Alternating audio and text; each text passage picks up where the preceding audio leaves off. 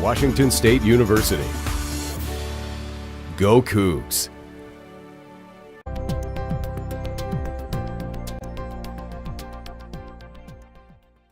In the end, you can also then take all of that and say, how are we impacting people?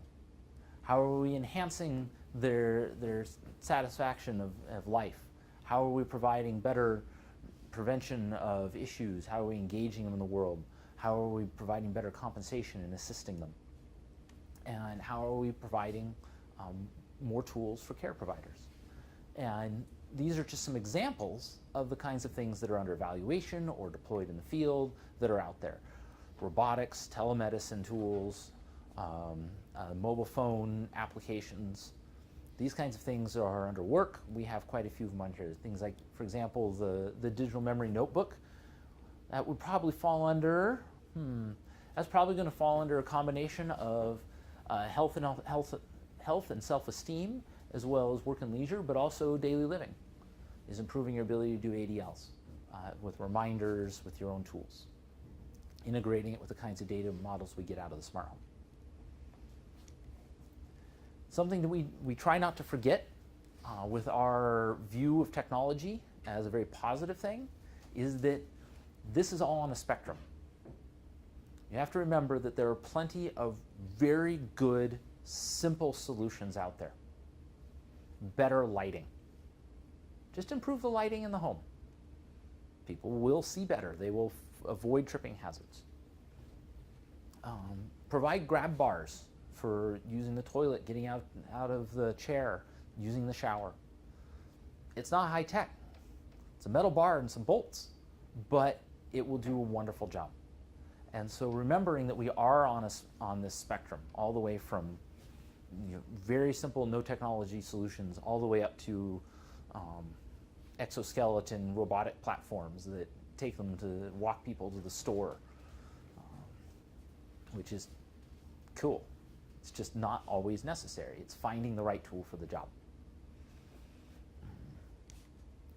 And then we kind of have this field of these high-tech solutions. And I say kind of have a field. It's really wide open. It's not well defined. There's so many opportunities here that what we can bring in comes from all over the place. And we like to talk a lot about independent living. We want people to live independently longer. That's where they stay the healthiest. One of the biggest life reductions you'll ever have is to go to a care facility, especially if you're not planning it. If you have to go to long-term care because of a fall, because of a health crisis moment, it's a major hit to your life. If we can keep you at home longer in an effective, healthy way, that's what we're looking for. Building tools to do things in the home, building tools as people are out and about, detecting issues early, being able to model and predict who's going to have problems and when. We're getting better at that all the time. Knowing that you're going to have heart issues, knowing that you're going into cognitive decline, and beginning the process of training you for the kinds of things you will need.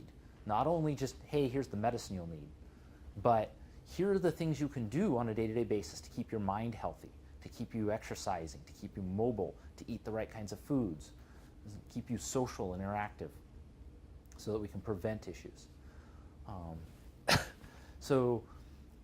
That leads into health and well-being, detecting behavioral changes. Something that's very common is that someone may have, as they age, they'll have a rapid behavior change in day-to-day life. Their attitude, their choices, what they're doing on a day-to-day basis, and it's usually indicative of other big problems. Be able to detect, identify, and hopefully make corrections for those as necessary, or as we should, is an aspect of what we do. And CASAS focuses heavily on behavior. That's what we want to model. We want to know what behavior is and how we can identify the kinds of things you're doing, because behavioral changes are a big deal when it comes to changes in life. And one that I've spent quite a bit of time on is decision support. How can we help the circle of care make good decisions? Because all too often, you don't know what's going on. My grandmother's 90 years old and she lives at home. She lives by herself. Should I ask someone to go check in on her? She's in Seattle. I could give him a call. He could drive on over. It's West Seattle. You love it. She's on the beach.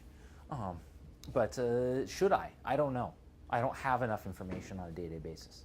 And I know that my mom and my aunt call her and talk quite often, but we always need more information. How can we build the right tools for decision support? And all of this has been bundled up, in our case, under this umbrella of CASAS, the Center for Advanced Studies and Adaptive Systems.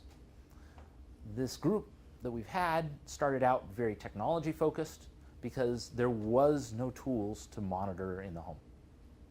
There was research groups and there was a certain amount of tech out there, but no one needed to do it to the level and fidelity that we needed. My very first week with Dr. Cook, when I was a grad student, I asked her, okay, let's go look at the smart home. Where is it? I want to go see it. She said, I don't have one yet. Get started. And I spent time trying to figure out what should we put in the home? How should it be built? What kind of information can we get out of different kinds of sensors? And calling companies saying, hi, I'd like to put 50 motion detectors in a house. And them going, no, our platform doesn't do that. And so we just had to build it. And so based on that, all of this work you see around us with all these sensors floating around is the result of what is now 10 years of building up the right kinds of platforms. What should it be? How should it be deployed?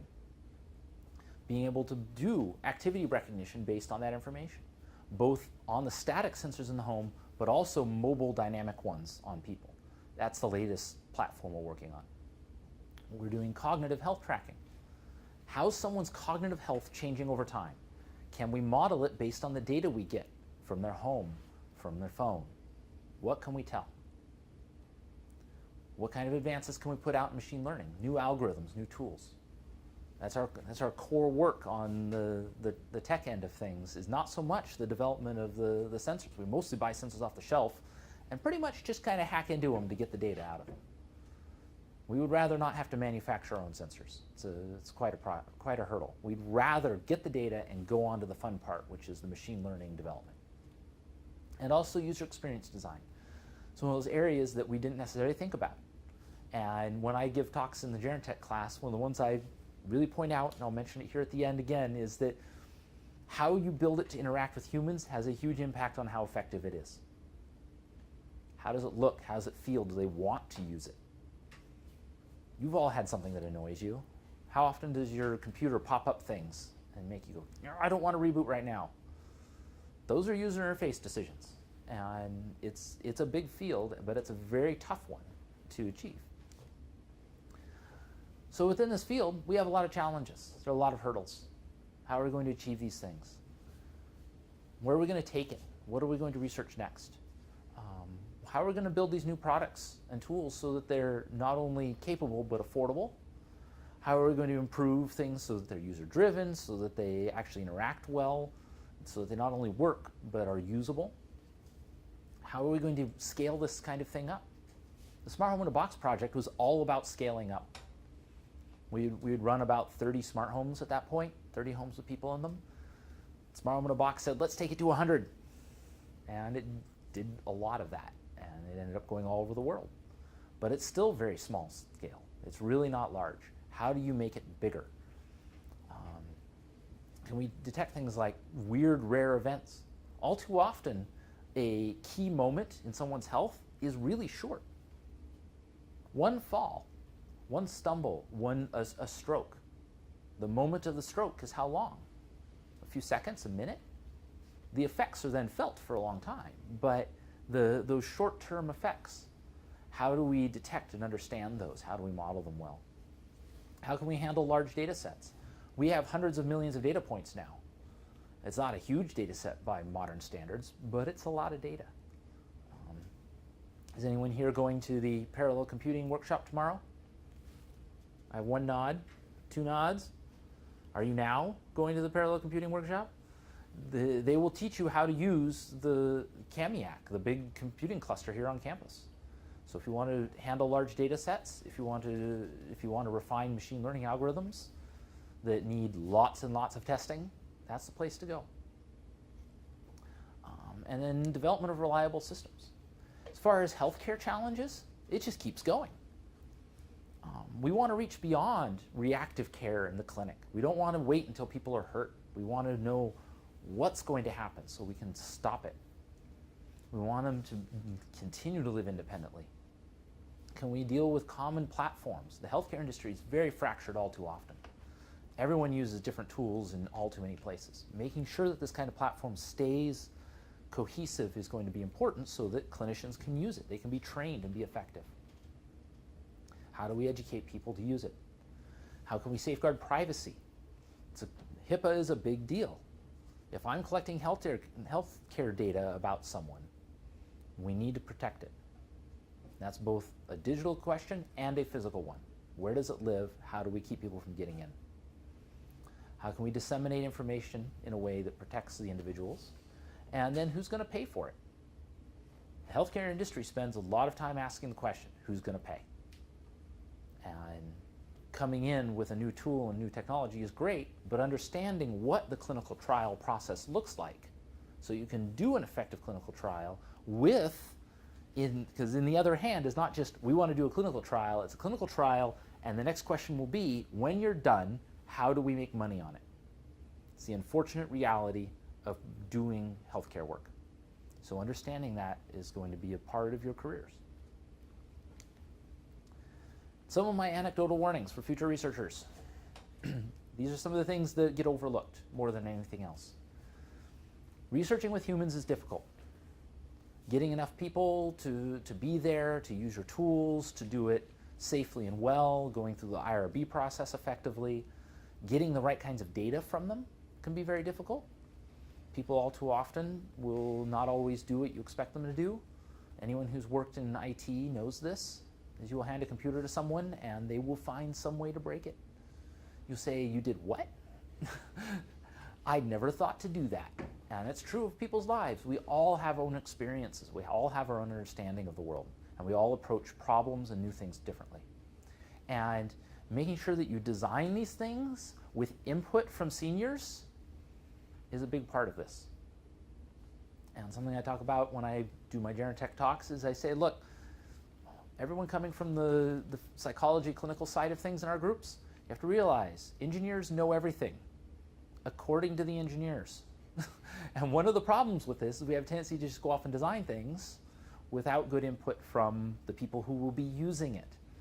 And so keeping us on track there is an important aspect. Not every company or organization is good at that. And it's something that we've learned the lesson the hard way before. One of my favorite anecdotal stories is we were all sitting around this table at one of our weekly CASAS meetings.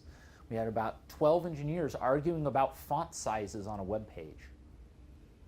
The web page was for caregivers to know things about people in the home, and it was fed from data from the smart home. We were trying to say, boy, should we make it this color or that color, and how big should it be? And oh man, this is going on. We've been arguing about 15 minutes. And in the back, Leah Zulis, who was working on her experimental psychology degree and user experience design, raised her hand, said, why don't we ask the users? The whole room got silent. And it was a really good question. It's the right question. Why don't we ask the users what it should look like and what it should tell them?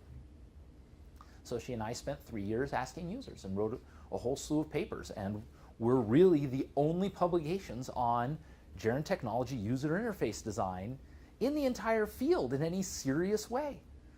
It was an unfortunate situation, is that the technologists had not reached that point where they really needed to start asking the users. And so as you build and design your systems, keep that in mind. And so, in summary, Gerontechnology is here to help seniors age well. It's addressing serious challenges in our community and our society. It's a nature of fusing multiple fields. It's not just a healthcare question. It's not just a technology question. It will always be a mix. There's no way out of it. So communication between the groups is important. It's very valuable. And it's one of the biggest skills, one of the most valuable skills we hope you can go away from this program with, is knowing how to communicate across those lines. got to keep in mind, both high and low tech will help. It doesn't always have to be the most awesome robotic auto system you've ever built. We would love to have that everywhere. It's always fun. But when it comes to real world impact, finding just the right thing. And there's a never-ending list of open issues here. People's lives are complicated. There's many stages. We need the tools everywhere. So there's always new questions. There's always more opportunity for research and development.